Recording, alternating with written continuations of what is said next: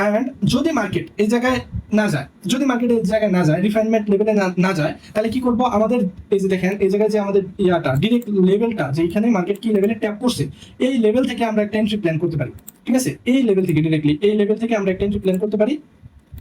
And আমাদের এসএলটা এই যে পরবর্তীতে যে লেভেলটা পাইছি রিফাইনমেন্ট, সেটার উপরে রাখা আমরা পরবর্তীতে কিন্তু একটা টার্গেট করতে পারি। ঠিক আছে, পরবর্তীতে টার্গেট করতে পারি। এখন দেখেন 40 পিপসের মতো আপনি এসএল রেখে আপনি কিন্তু 200 পিপসের মতো টার্গেট করতে পারবেন ইজিলি, কারণ এটা হচ্ছে আমরা হায়ার টাইম ফ্রেম থেকে অর্থাৎ 1 আওয়ার থেকে এন্ট্রি নিতেছি, এখানে কিন্তু 5 মিনিট বা 15 মিনিট থেকে এন্ট্রি নিতেছি না। জিনিসটা বুঝতে পারছেন? আমরা কিন্তু লোয়ার টাইম ফ্রেমের যে ঝামেলা এগুলোতে গেলাম না। কেন?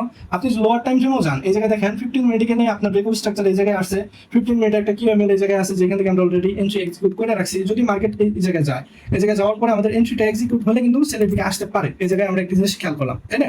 অ্যান্ড সাপোজ ধরেন যে এখন এই জায়গায় এন্ট্রিটা এক্সিকিউট হয়ে মার্কেট নিচের দিকে আসতেছে, তো এখন আমরা টার্গেটটা কোন পর্যন্ত করতে পারি? একদম ডিরেক্ট স্টোরি লাইনের টার্গেট। তো সেইটার জন্য আমরা স্টোরি লাইন কোনটা? ডেইলি স্টোরি লাইন সেল হয়েছে, সেল মোডে। তো এখন যখন ডেইলি স্টোরি লাইন সেল হবে তখন আমরা কি বলছি? আমি বলছি যে আমাদের রিসেন্ট যে ফ্রেশ লেভেলটা সেটা আমরা টার্গেট করবো। তো রিসেন্ট ফ্রেশ লেভেল কোনটা? আমাদের এই যে এই লেভেলটা, আমাদের এই লেভেলটা হচ্ছে রিসেন্ট ফ্রেশ লেভেল।